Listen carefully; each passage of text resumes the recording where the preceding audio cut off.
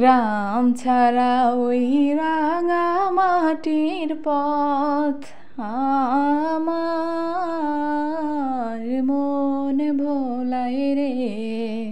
কি বন্ধুরা, সবাই ভাবতেছেন আমি আজকে গান বলবো? না, এই গ্রামের মেঠোপথে যখন হাঁটছিলাম তখন আপনার থেকেই মন থেকে এই দেশের গানটা চলে আসলো। আজকে আমরা একটা অনুষ্ঠানে যাচ্ছি, সেটা হচ্ছে আকিকার অনুষ্ঠান। আমার খালাতো ভাইয়ের মেয়ের, অর্থাৎ হচ্ছে আমার ভাস্তি হবে।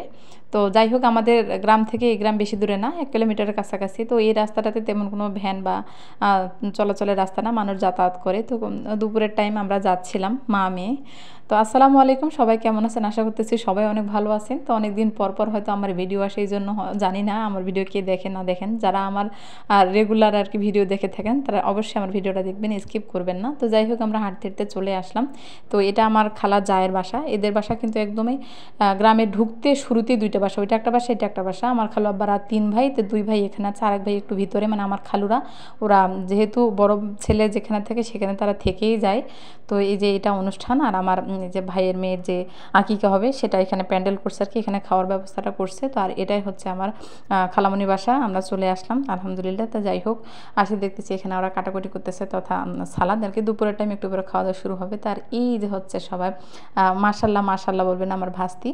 যাই হোক, আজকে 10 দিন পূরণ হলো। এটা আমার ভাস্তাই ইমতিয়াজ। এরা হচ্ছে এক ভাই এক বোন হয়ে গেল। যাই হোক আলহামদুলিল্লাহ, দেখে ভালো লাগলো। প্রত্যেকেই চাই যে একটা ছেলে একটা মেয়ে এরকম করে হোক। তো আমরা চলে আসছি এখানে, তবে আমার ভাইটা এখানে থাকে না, ওরা শহরে থাকে। তো এই আকিকা দেওয়ার জন্য এখানে আসছে। আর পাশের রুমে দেখতেছি এগুলা হচ্ছে আমার আরেকগুলা ভাগনা ভাতিজি আর কি সবাই। আমাদের ফ্যামিলিটা, নানু বাড়ি বলেন, আমার দাদু বাড়ি বলেন, ফ্যামিলি অনেক বড়। তো ভাস্তা ভাস্তি ভাগনা ভাগিনের অভাব নেই। আমরা প্রায় 12:30টার পর আসছি, এখনও সেভাবে করে কেউ আসেনি, কারণ সবার দুপুরের দাওয়াত ছিল এই কারণে। তো যারা যারা আসছে তাদের সাথে একটু কথাবার্তা বলতেছি। তো যখন আসলাম তো এখন মিষ্টি মুখ করার জন্য সবাইকে পায়েস খাইতে দিচ্ছিল। আর এই রুমে যেহেতু আমার ভাগিনা ভাস্তা এগুলো ছিল, ওখানে খাইলাম। আর এখানে দেখতেছি আরেক রুমে অনেকজন এসে বসে আছে।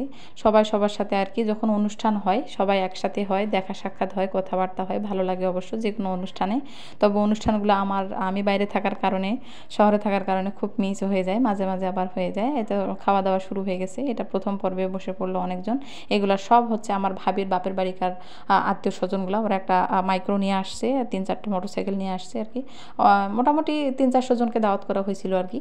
তো যাই হোক, তাদেরকে খাওয়ানো হলো। এবার আমরা বসে পড়ছি। তো এই সামনেরগুলো আমার খালাতো বোন, খালাতো জামাই, তারপরে হচ্ছে অনেকগুলো আমরা যারা আর কি এ বাসার, আমার খালার বাসার, আমরা বসে পড়লাম খাওয়ার জন্য। তো খাওয়ার জন্য যাই হোক আলহামদুলিল্লাহ, ডিম করছিল, সালাদ করছিল, মাংস করছিল আনলিমিটেড।